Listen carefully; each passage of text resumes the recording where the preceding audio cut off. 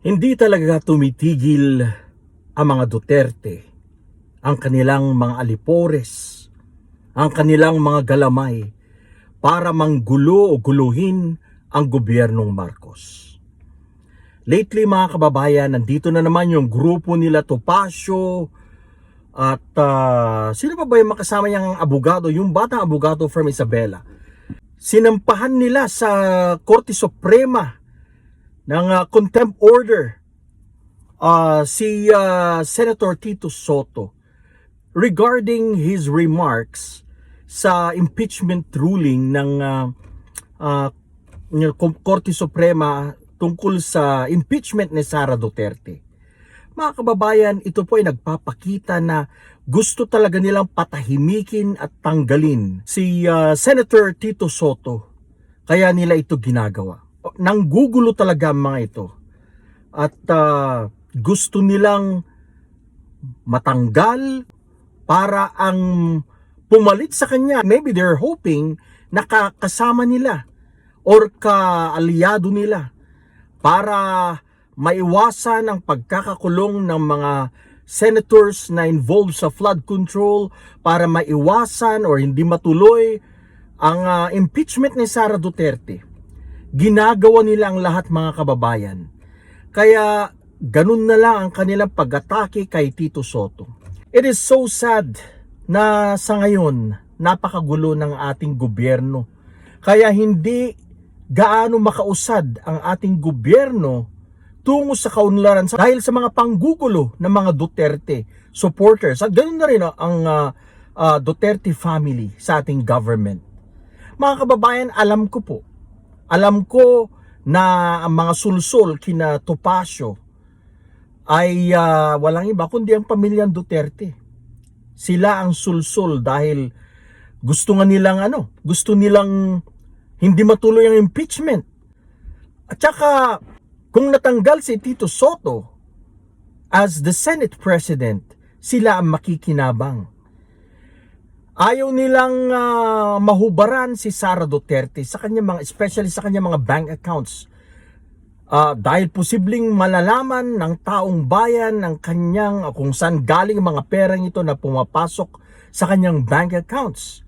At hindi lang yan, yung kaso nila mga pamilya, patong-patong na kaso against sa family Duterte. Kaya mga kababayan, ginagawa nila ang lahat para hindi matuloy ang mga ito.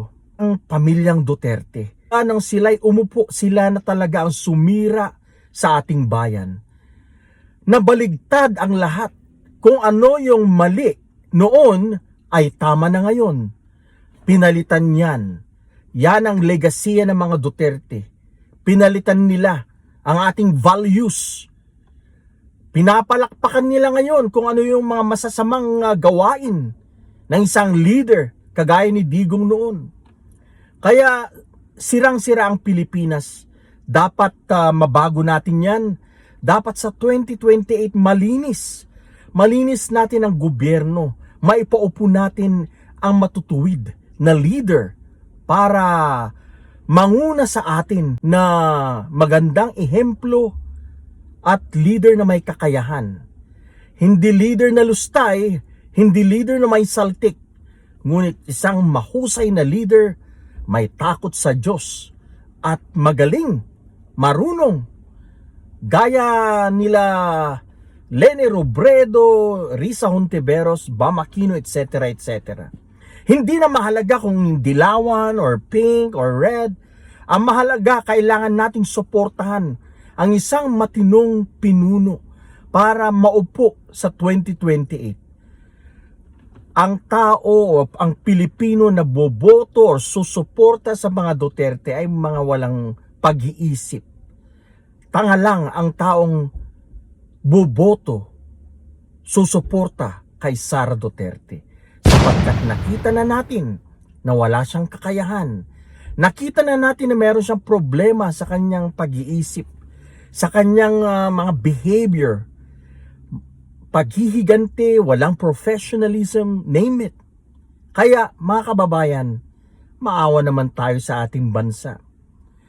Gumising naman tayo sa mga DDS dyan. Walang mangyayari walang patutunguhan ng ating bansa kung makakabalik sa pwesto ang mga Duterte na sumira sa ating bayan. Again, marami pong salamat sa inyong panunood sa aking video.